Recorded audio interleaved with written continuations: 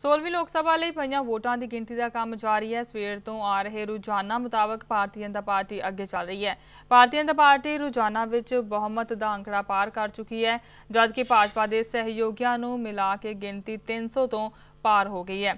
ਉਧਰ ਇਸ ਸਭ ਨੂੰ ਲੈ ਕੇ ਭਾਜਪਾ ਵਰਕਰਾਂ ਤੇ ਆਗੂਆਂ ਵਿੱਚ ਖੁਸ਼ੀ ਦੀ ਲਹਿਰ ਪਾਈ ਜਾ ਰਹੀ है। भाजपा वर्करां ने इस नूं इतिहासक जित करार दिता है।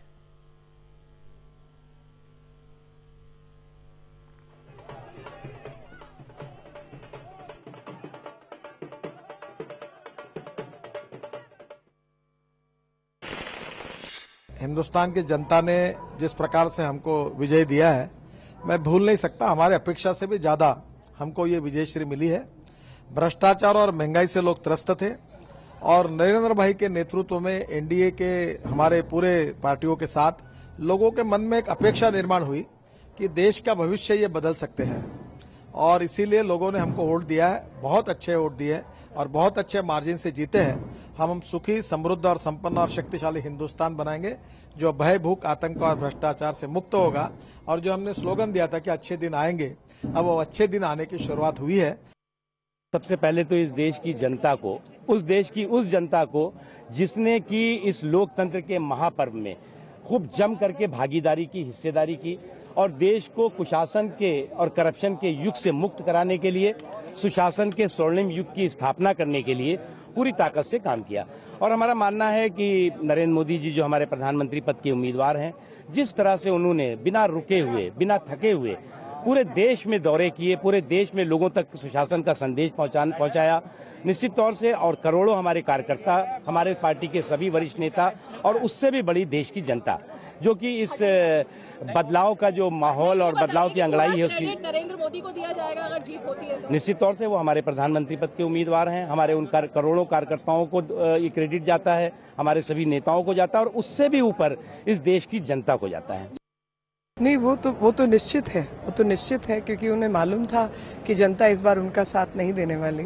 क्या इसी तरह के परिणाम आगे आने वाले दिनों में अभी दिख रहे हैं? मतलब अगली सरकार, मोदी सरकार, खुशी है और खुशी इस बात की है कि देश की जनता ने सही निर्णय लिया क्योंकि वो सब उस दशा से प्रताड़ित हैं और जब दशा से प्रताड़ित है तो जाहिर सी बात है कि वो इस दशा को बदलना चाहते हैं और दशा बदलने से पहले देश की दिशा बदलना अनिवार्य है। अच्छे दिन किस तरह से होंगे नई दिल्ली के निवासियों? नई दिल्ली के निवासियों के लिए तो उनको एक ऐसा कैंडिडेट मिलने वाला है जो उनके साथ खड़ा रहेगा हर चीज में और जो जनता का पैसा है वो जनता के कार्यक्रमों पे खर्च होगा और किसी प्राइवेट जेब में मैं नहीं जाने दूंगी। देशवासियों का सपना पूरा हुआ। देशवासियों ने 272 प्लस का टारगेट तय किया था और देशवासियों ने तय किया था कि वो नरेंद्र मोदी जी को भारत का प्रधानमंत्री बनाना चाहते हैं। हमें बड़ी खुशी है कि वो सपना साकार होता हुआ नजर आ रहा है। जो रुझान है 272 से ज्यादा सीटों पर वो भारतीय जनता पार्टी की विजय दिखा रहे हैं। पूरे देश में जिस तरह के रुझान है उससे मैं बहुत खुश हूँ कि हर जगह बीजेपी को लीड है और अभी तक तो अब तो शुरुआत है, अभी तो सिर्फ 3-4 राउंड हुए हैं, 4 राउंड चौथा चल रहा है। जैन साहब अंदर हैं, हमारे इलेक्शन एजेंट और हमारे सहयोगी कैंडिडेट। बिल्कुल, क्यों नहीं, and we are very proud. एक ऐसे जनरल के पीछे हम लोगों ने जंग लड़ी है जो कि हमें फतेह दिलाने वाला है, तो उसके लिए तो हमें गर्व है, बहुत गौरव महसूस करते हैं।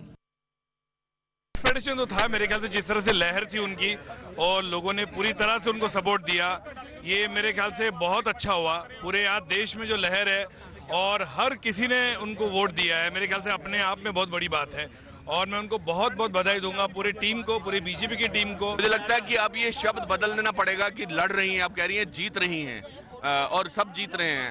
देश को एकत्रित किया है, देश को इकट्ठा किया। जिस जज्बे से, जिस बलबूते पे नरेंद्र मोदी जी ने देश के हर वर्ग के, हर युवा हो, चाहे वृद्ध हो, चाहे मिडिल क्लास हो, चाहे लोअर क्लास हो, सबको बहुत उन्होंने एकत्रित किया है, एक देश को प्रोत्साहन दिया है, विकास की दिशा में जो ले गए हैं। आई थिंक उसकी जीत है, आज देश की जीत है। खबरां दी दुनिया विच आओ, साडे नाल कदे भी ते कितों भी जुड़ो। आपां मिलांगे फेसबुक ते, असीं दिखांगे यूट्यूब ते, सानू फॉलो करो ट्विटर ते।